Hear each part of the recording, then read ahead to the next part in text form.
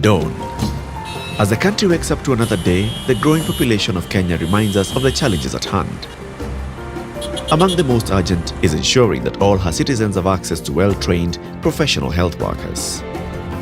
Apart from the growing population, the increasing disease burden, particularly in HIV, TB and malaria, as well as non-communicable diseases, continues to affect efficient delivery of healthcare services.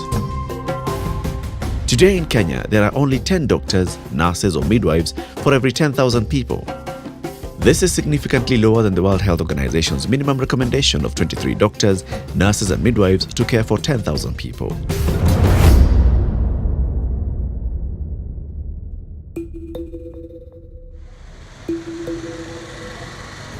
Currently, we have 370 nurses against 600 to reach the WHO standards for a 500-bed capacity hospital. We also have challenges with the other cadres, the doctors, the technicians, lab technologists, and the specialists. In order to attain universal access to healthcare as envisioned in the Kenyan Constitution, the Government of Kenya, with assistance from the United States Agency for International Development, through the Ministry of Health and the Higher Education Loans Board, has made profound investment in the country's health system by supporting Afya Elimu Fund. The fund aims at increasing availability of skilled mid-level healthcare workers. Ilramit village, situated 80 kilometers south of Nairobi City in the expansive Kajiado County, is home to the legendary Maasai pastoralists. Geoffrey Lemayan grew up here. My father died back in 2007 and I was still in class 3. At that time we used to have livestock, but come to 2009 there was a big famine which distracted our livestock. And I have brothers 11 and also my stepbrother 6, and I'm living with 2 mothers. Getting school fees was an issue, and also getting to school when you are hungry, since there was nothing to eat or you can get only 1 meal in a day. Ore entoki nagira aitegemea Enkai oltung'anak oshiake likigira tenebo esiai oonkai peidim aeu anyaki aturrumoi inkulie enaa enaturrumoi ninye. Christine Wandi is the first Afya Elimu Fund beneficiary working at the Machakos Level 5 Referral Hospital. 2013, we were struggling financially. Now it was really bad, and I heard from my tutors about Afya Elimu, and through help I applied. I got financial help. I applied and I got a contract in Machakos County as a community health nurse. Most of my age-mate girls, my cousins, they were discouraged. They didn't finish their primary education. Some of them got married. The Afya Elimu has helped me so much. I'm so grateful for them, because if it was not for them, I think I could have gone back home. The Afya Elimu Fund was established in 2013 and launched in 2016 to provide low-interest loans at only 4% to prospective middle-level cadres seeking medical skills in areas such as nursing, laboratory technologists, clinical officers, among others who form the bulk of the country's healthcare workforce. Kenya has a good number of students who do well in their secondary education, and AEF is responding to this particular call of ensuring that students who do well in their KCSE are able to proceed into higher education. We talk about access to services, and the question you actually ask yourself, who is actually going to provide that service? So nothing can actually move unless you really have the labor. And who is actually on the front line? The front line is the health workers. The United States Agency for International Development has collaborated with the Kenyan government for over 50 years in various development sectors and is one of the key funding partners for the Afya Elimu Fund. We realize some of the regions in the country don't have people qualified even to join the medical colleges. And the few who are qualified, the poverty levels may not allow them to go through the process. We are very keen on ensuring that the quality of services are offered by people who are qualified and in the right numbers, in the right places. That's why actually we invested in Afya Elimu Fund. Applications and disbursements are managed through the Higher Education Loans Board's established structures to ensure high levels of accountability, transparency and recovery.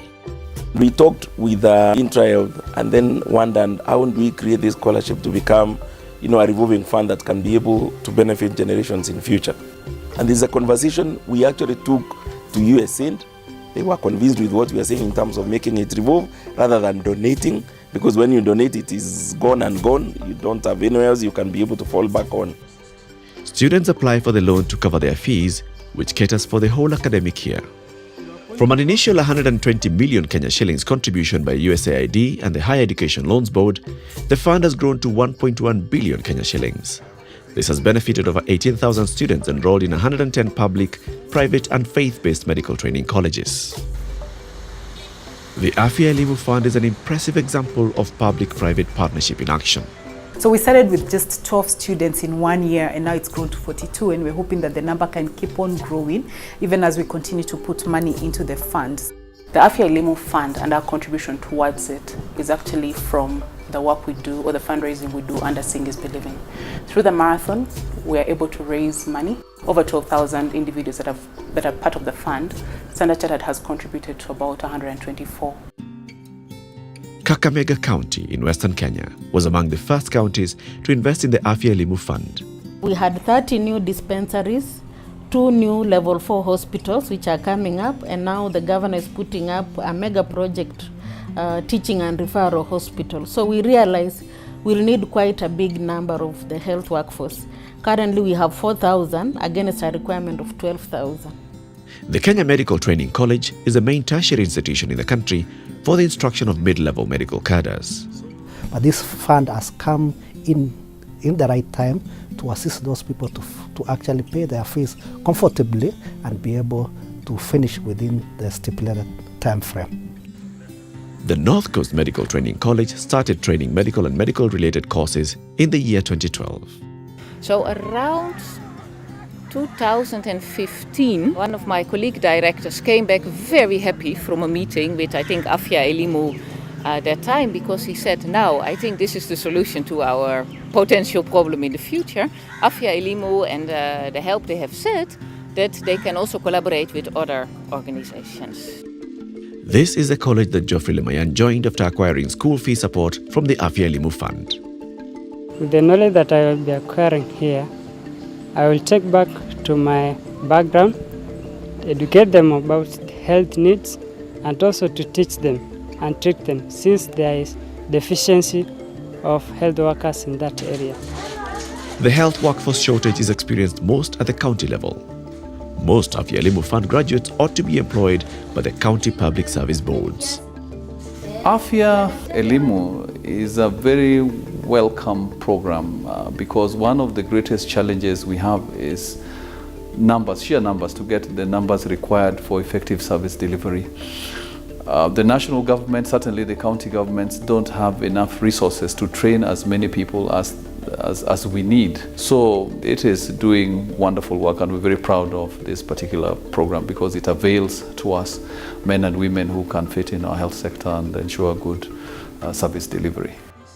As at May 2018, the AEF had supported more than 18,000 students with tuition fees, out of whom over 4,000 have graduated and are ready for deployment to health facilities countrywide.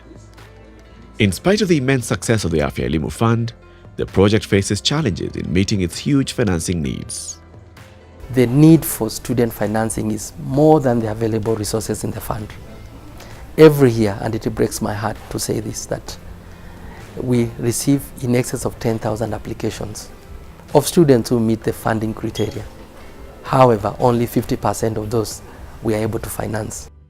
So my call to other corporates would be to actually consider this, because once you make your investment, you're sure that you're not only impacting the current students that you're funding, but you'll be able to impact their families. Even as they earn and get families, you'll be able to impact communities. The colleagues that have been helped by the loan, when you get, even if it's a short-term work, you get the pay bill and pay, so that it may help other needy students. We cannot be able to achieve the universal healthcare without having a good foundation for health workforce. And that good foundation is through the Afya Elimu Fund. The Afya Elimu Fund is still growing. Young people continue graduating and propelling this fund to greater heights, thereby growing their careers in various medical cadres. This is awakening new hope for themselves and for their communities everywhere. Such efforts by our new partners to make the Afya Elimu Fund larger, more efficient and sustainable will be an important factor in helping Kenya move firmly towards attaining the much-cherished dream of universal health coverage.